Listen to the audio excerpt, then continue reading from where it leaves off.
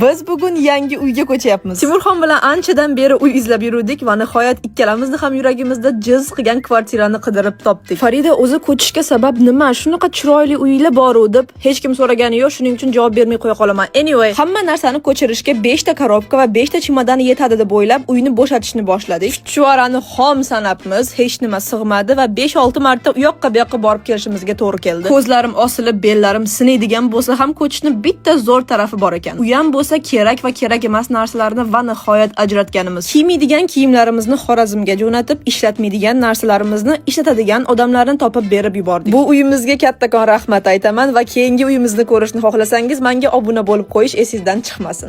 Tamamdır Clean Girl, tamamdır Hailey Bieber, tamamdır Old Money kızı, tamamdır Kendall Jenner, tamamdır Zara'daki %90 polyester kazak, tamamdır. Siz temiz, biz kirli. Yangi uyga ko'chganimizni aytganimdan keyin juda ham ko'pchilik ila Timur endi to'liqroq obzor qilib bering dedilar. Xo'p, bo'lmasa boshlaymiz o'rtoqlar. Demak, uyga kirib kelishimiz bilan o'ngga burilamiz va biz 75 talik televizor, PlayStation va divanni ko'rishimiz mumkin. Shu bilan obzorni tugatamiz, chunki bu uy faqatgina shu joyi menga qiziq o'tsam. Uy keng, ya'ni juda ham kam devorlar va ochiq maydon bo'lgani va mana men bitta mehmonlaringiz bilan maza qilib o'tirsangiz bo'ladi, divan, televizor ko'rsangiz bo'ladi va eng asosiysi mana men bu razdvijnoy eshiklar shunday chiroyli bo'lib ochilib, yoru va keng shinam kuxnyaga kelamiz. Endi bu yoqda Farida asosan o'zining syomkalarini qiladi, lekin udobstvo tomonlama hamma narsa bor. Hattoki posuda, moyka, mana men bitta Samandar aka baraka toping, mana bunaqa smegovskiy texnikalar ham qilib qo'ygan ekanlar uylariga.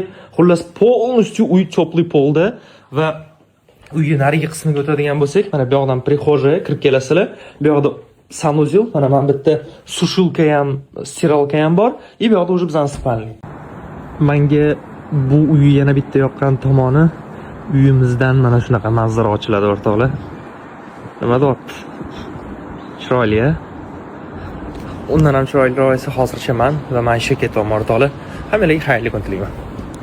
Juda ham yaxshi o'rinli savol beribdi bitta inson. Timur, o'zingizni tayyor uyingiz bo'lib turib, nima uchun arendaga chiqib yashayapsiz deyaptilar. Tushuntirishga harakat qilaman. Qarang akajon. Birinchidan meni uyim 42 kvadrat metr, bir xonali, u bor yo'g'i yosh oila uchun mo'ljallangan, ya'ni farzandli oilaga to'g'ri kelmaydi. Ikkinchidan men 16-etajda turaman. Bu baland, ertaga farzandim 16-etajda qiynalib qoladi.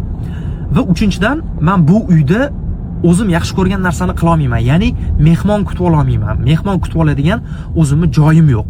Shuning uchun ham biz mana shu faktorlarni inobatga olgan holatda ozgina kattaroq va Farida ham oshxonada sal qiynalib qoladi. Oshxonada ba'zi kontent qiladi, u qiladi, bu qiladi, ozgina torroq joy. Shuning uchun kattaroq kuxnyali va albatta o'zining mehmonxonasi bor joyga ko'chib o'tdik va eng muhimi, men ham Farida ham blogerimiz, blogerlar oilasi bizga chiroq uyimiz yorug' bo'lishi kerak, chiroq ko'p bo'lishi kerak. Shuning uchun aynan arendaga hozircha vaqtincha ko'chib turish qarori qabul qilindi. Bu bir xonali uyimni sotmayman, investitsiya, baba kelajagimga kerak. Yer ham olib qo'yganman, lekin qurilishni o'zingiz bilasiz, u yoqda aniq bir srokli yo'q. 1 yilda bitadimi, 1,5 yilda bitadimi? Meni o'zimda esa srogim kam. Shuning uchun hozir sotib olib qo'yishga ham 2 xonali, 3 xonali uylarni ko'rib yuribman Novostroykalardan, Toshkentda har xil lokatsiyalarga borib, srazu aytaman, naqd pulim yo'q, конечно, рассрочкаga bo'lib to'lashga shunaqa sharoitli bo'lib qolsa olib qo'yish niyatim bor.